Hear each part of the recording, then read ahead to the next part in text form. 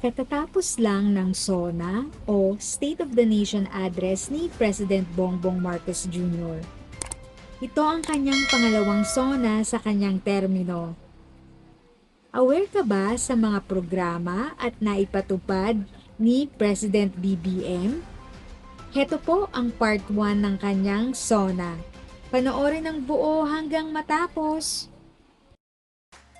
Bago tayo magpatuloy, huwag kalimutang mag-subscribe sa aking channel.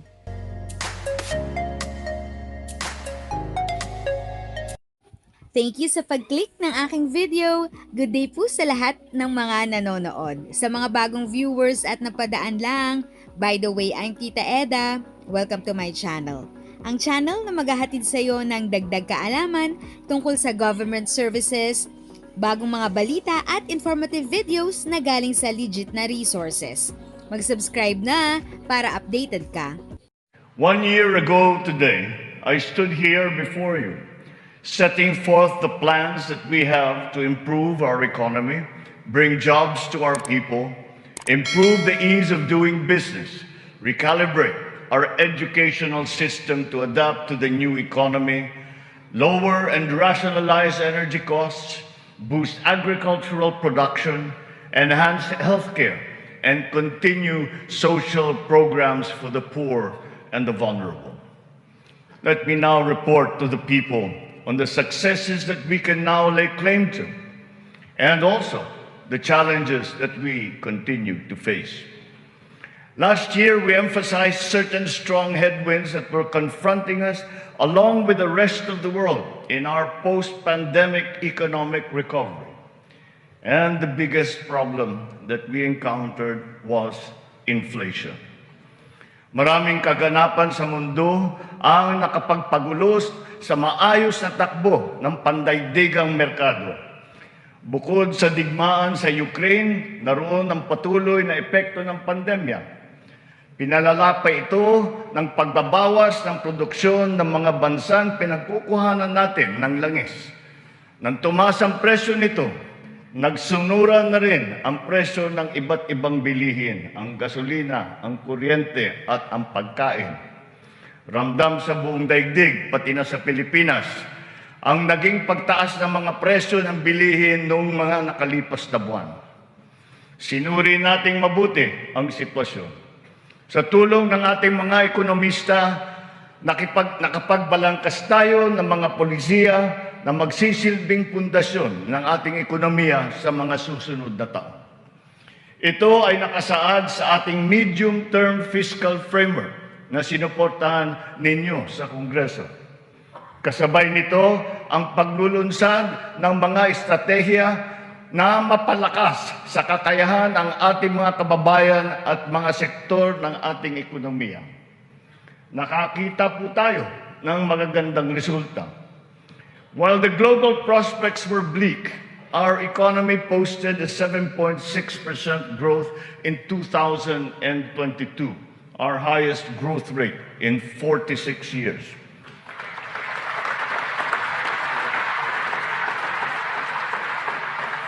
For the first quarter of this year, our growth has registered at 6.4%. It remains within our target of 6 to 7% for 2023. We are still considered to be amongst the fastest growing economies in the Asian region and in the world. It is a testament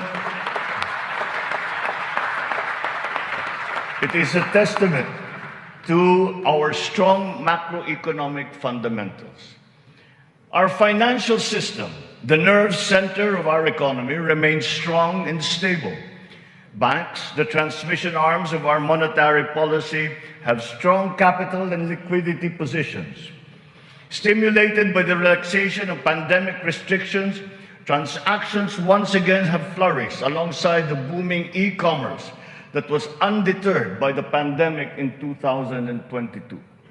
The digital economy contributed 2 trillion pesos, the equivalent of 9.4% of our GDP. The economy is revived and rejuvenated, backstopped by a favorable enabling environment and the strong rule of law.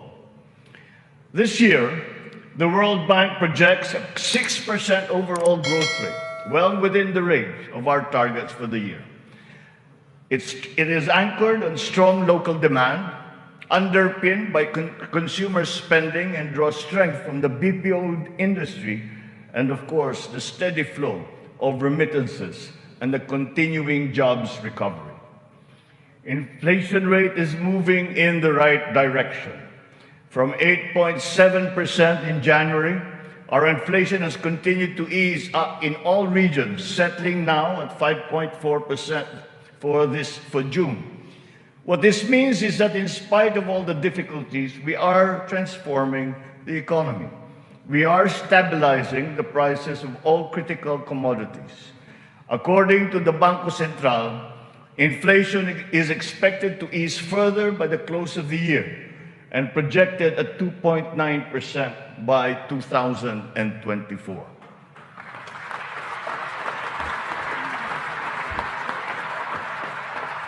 On matters of the economy, there are many things over which we have no control. But over those where we do have control, we are doing everything we can. Puspusan ang ating ginagawa upang pataasin ang produksyon ng ating ekonomiya. Pinapalago natin ang mga industriya. Dinadagdagan natin ang mga infrastruktura upang mas mapabilis ang daloy ng mga produkto at ng serbisyo. Higit sa lahat, pinapalakas natin ang kakayahan ng mga mamamayan upang mapaganda nila ang kanilang pamumuhay. Ito ang punot dulo ng ating Philippine Development Plan. Investments in public infrastructure and in the capacity of our people through food, education, health, jobs, and social protection remain our top priority. For this year, economic and social services were allocated almost 70% of the national budget. Higher revenue collections will be critical in our bid to bolster public investments. Under our fiscal framework, we envision our tax and revenue efforts to further increase to up to 16.9% and 17.3% by 2028. Revenue generation has improved this year. From January to May, the Bureau of Internal Revenue has posted record collections amounting to 1.05 trillion pesos, an increase of almost 10% over the last year. For its part, the Bureau of Customs has also increased its collection by 7.4% for the first 7 months of 2023, amounting to 476 billion pesos. Since July 2022, we have seen increased revenues from PAGCOR of 47.9% and from the PCSO of 20%. We therefore seek, once again, the continued support of Congress to enact into law the policies and reforms under our fiscal framework. Sa mga nakalipas na buwan, nakita natin ang pagbaba ng presyo ng bilihin sa iba't ibang mga sektor.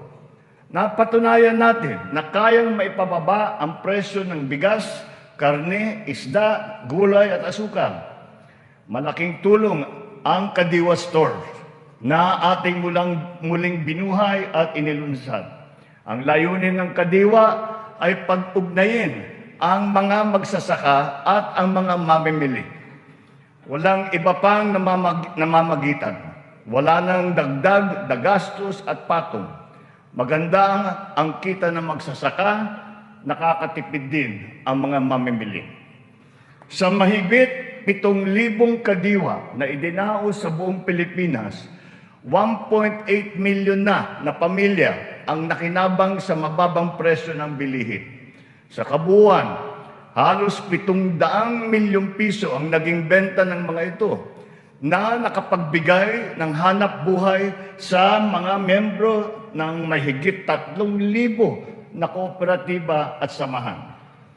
Maganda ang nakita nating resulta, kaya papalawigin pa natin ang Kadiwa sa buong bansa. Kamakailan lamang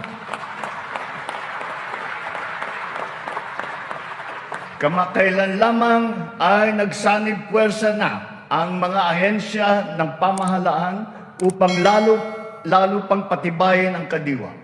Katuwang natin dito ang buong sektor ng agrikultura at ang lokal na pamahalaan. Our aim is to boost our local agricultural production through consolidation, modernization, mechanization, and improvement of value chains, augmented by timely and calibrated importation as needed. Nakita nating tumaas ng 2.2% ang sektor ng agrikultura sa unang 3 buwan ng taong ito. In our quest for food security, our methods are now more guided by science and the balance of nature, so that production is both sustainable and responsible, benefiting both this and future generations. Our fisheries codes must be revised to incorporate and strengthen science-based analysis and determination of fishing areas. This approach will protect both the interests of our fisherfolk and our fisheries and aquatic resources. To this end, we will seek the support of Congress to amend the code to guarantee sustainable development of our fisheries sector in harmony with environmental balance.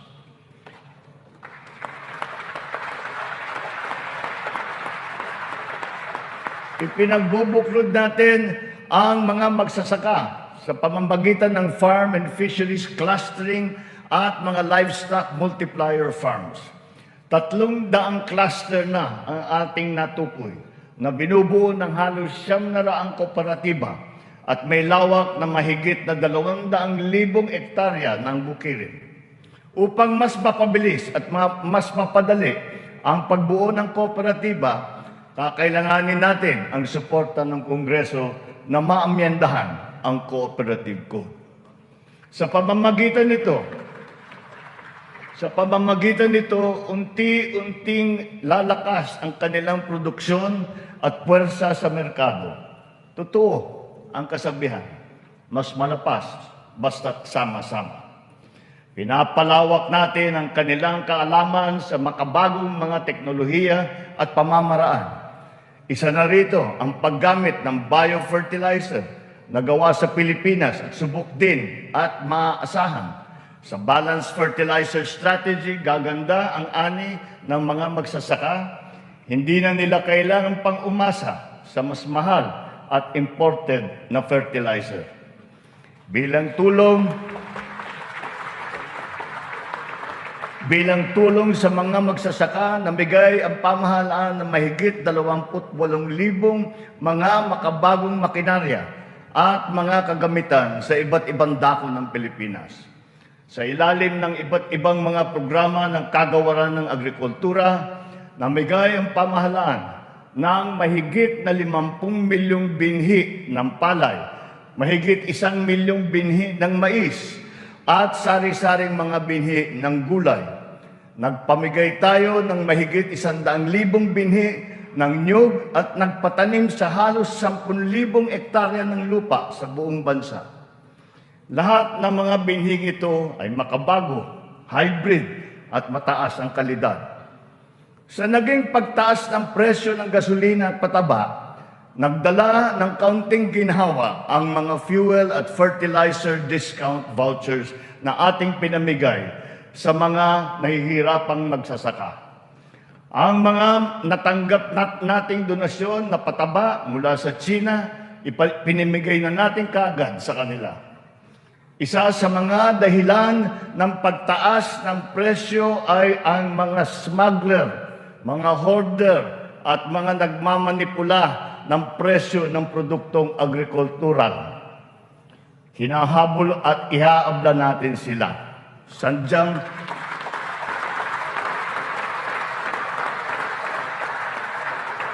Sadyang hindi tama ang kanilang gawain at hindi rin ito tugma sa ating magandang layunin.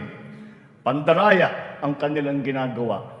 Napapahamak hindi lamang ang mga magsasaka, kundi tayo rin mga mamimili. Kaya hindi natin papayagan ang ganitong kalakaran.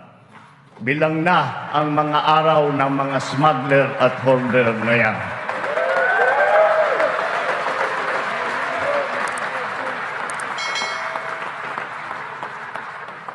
Mahalaga ang infrastruktura para masuportahan ang may 14 na milyong ektarya ng sakahan.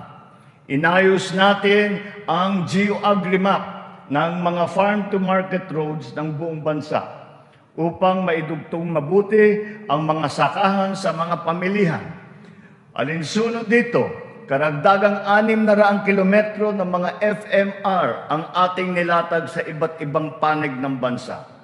Binigyan din natin ng patubig ang mahigit na 49,000 hektarya ng bukirin sa buong Pilipinas.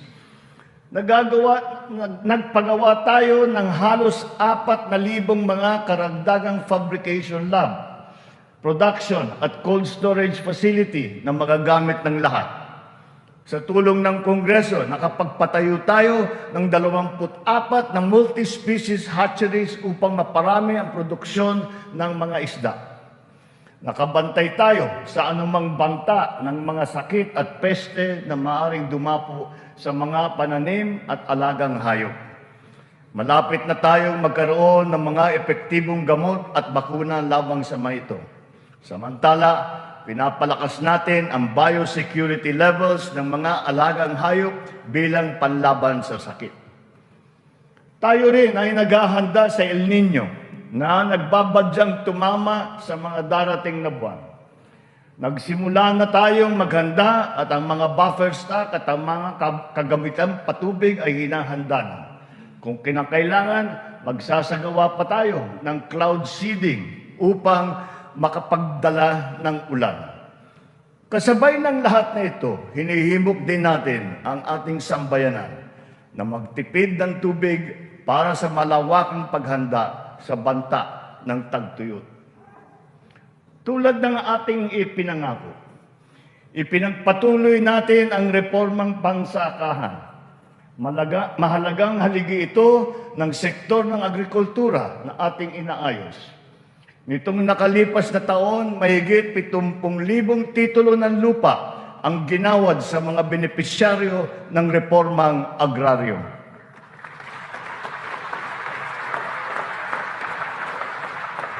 Tamang-tama ang ating pagpapatigil ng mga bayarin ng mga benepisyaryo sa ilalim ng ating nilagdaan EO number 4. Isang taon mula nung aking unang SONA na isabatas na ang bagong Agrarian Emancipation Act.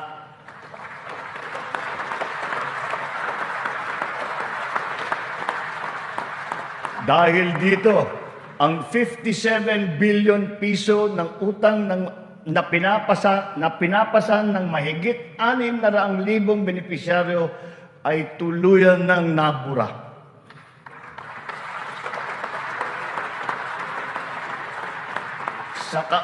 Sa ngalan ng mga magsasakang ito at ang kanilang mga pamilya, maraming salamat muli sa ating mga mambabatas.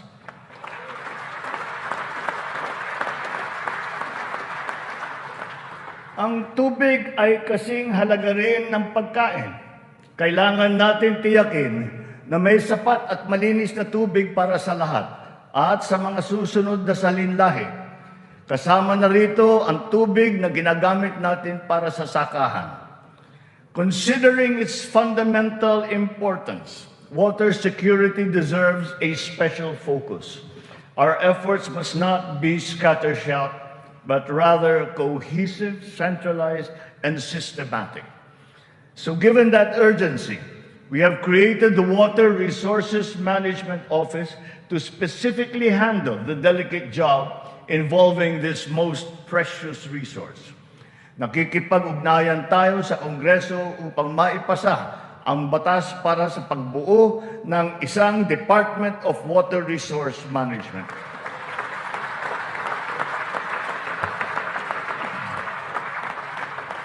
This year, we have allocated 14.6 billion pesos for water supply projects, which will benefit communities all over the country. Recently, the water supply of NCR and Rizal received a significant boost from the first phase of the Wawa Bulk Water Supply Project. The water supply will increase as the project enters the second phase.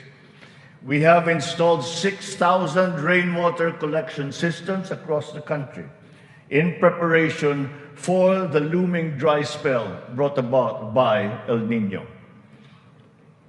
One of the keys to continuing economic growth is infrastructure development. So we will build better and more. Our 8.3 trillion peso Build Better More program is currently in progress and being vigorously implemented.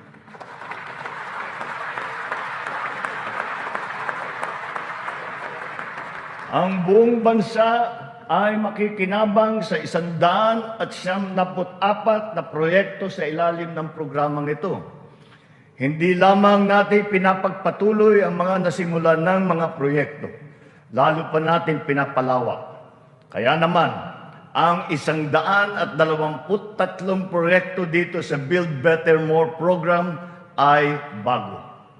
The flagship projects cover investments in the areas of physical connectivity, water resources, agriculture, health, digital connectivity, and energy. Physical connectivity infrastructure, such as roads and bridges, seaports, airports, mass transport, account for 83% of this program. Our infrastructure spending will stay at 5 to 6% of our GDP.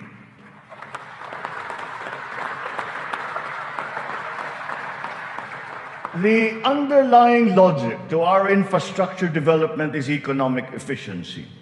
We are opening up all gateways to mobilize goods and services at less cost and in less time, and ultimately to drive the economy forward.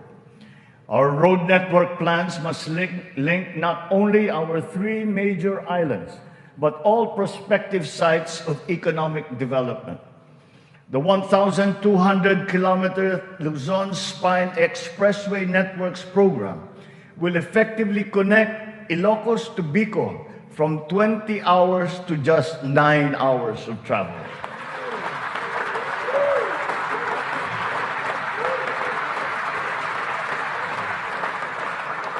Under the Mega Bridge program, 12 bridges totaling 90 kilometers will be constructed, connecting islands and areas separated by waters.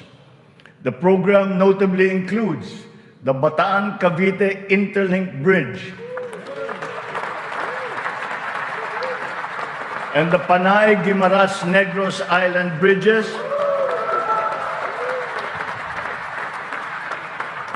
each spanning 32 kilometers, and also the Samal Island Davao City Connector Bridge.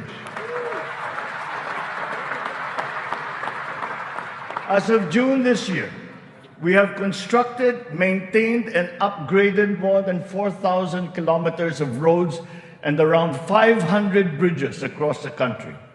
Crucial airport and port development projects across the country have also been completed, including Cebu Pier's 88 Smart Port and the new passenger terminal buildings of Clark Airport and the Port of Calapan. We initiated several railway projects with a total length of more than 1,000 kilometers. Notably, the southern leg of the North-South commuter railway system is now in full swing. In a few years, travel from Pampanga to Laguna will be reduced from 4 hours to just 2.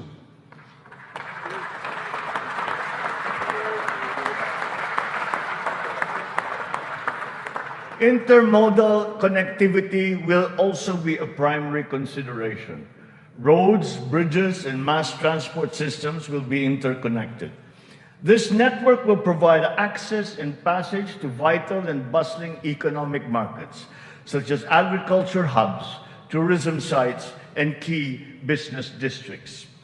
For strategic financing, some of the nation's high-priority projects can now look to the newly established Maharlika Investment Fund without the added debt burden. In pooling a small fraction of the considerable but underutilized government funds, the funds shall be used to make high-impact and profitable investments, such as the Build Better More program. The gains from the fund shall be reinvested into the country's economic well-being. To ensure sound financial management, a group of internationally recognized economic managers shall oversee the operations of the fund, guided by the principles of transparency and accountability. This guarantees that investment decisions will be based on financial considerations alone, absent any political influence.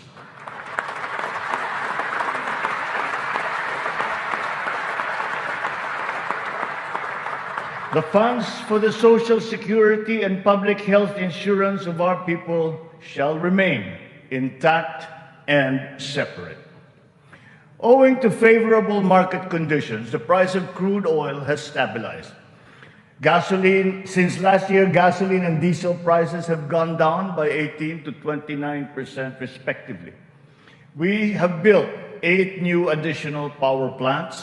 This brings to 17 the total number of power generation facilities that have been switched on across the country since last year, substantially increasing our energy production by 1,174 megawatts. Alongside power generation, we are also as relentless in pursuing total electrification. Since my assumption into office, almost 500,000 homes have been given access to electricity. We will spare no effort to achieve full household electrification by the end of my term. 100% is within our reach. When it comes to energy, renewable energy is the way forward. We are aggressively promoting renewables so that it provides a 35% share in the power mix by 2030, and then on to 50% by 2040. To accelerate the realization of this green energy goal, we have opened renewable energy projects to foreign investments. Since last year, an additional 126 renewable energy contracts with a potential capacity of 31,000 megawatts have been awarded. To date, we have over 1,000 active projects spread all over the country. 299 of these are solar, 187 are wind, 436 are hydroelectric, 58 biomass, 36 geothermal, and 9 are ocean power. The Malampaya project has been a boon to our country, energizing 20% of Luzon. The renewal of the contract guarantees continued revenues and energy production for another 15 years. But aside from Malampaya, we will also push for more gas exploration in other parts of the country. The national government has also partnered with the BARM in regard to energy exploration and development, and also its utilization within its territorial jurisdiction. We therefore expect to see renewed investor interest in its promising sites. We finally have a unified national grid with the interconnection of the Luzon, Visayas, and Mindanao grids. The one grid, one market will enable more efficient transfers and more competitive pricing of electricity throughout the country. However, 68 grid connections are much delayed, according to the ERC's count. We are conducting a performance review of our private concessionaire, the National Grid Corporation of the Philippines. We look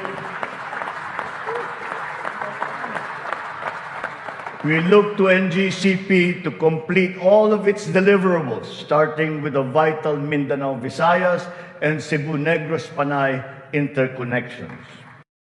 If sa tingin mo, natulungan ka ng video ko na ito, nakasave ka sa oras mo, you can click yung thanks button at any amount ay malaking help sa pag-grow ng channel ko. Yun lang po muna ang aking update. Sana ay nakatulong na dagdag kaalaman ang aking shinare today. Ang goal ng aking channel ay mag-create ng awareness. Kung ganitong mga topic ang gusto mo, panoorin mo ang mga videos ko na ito.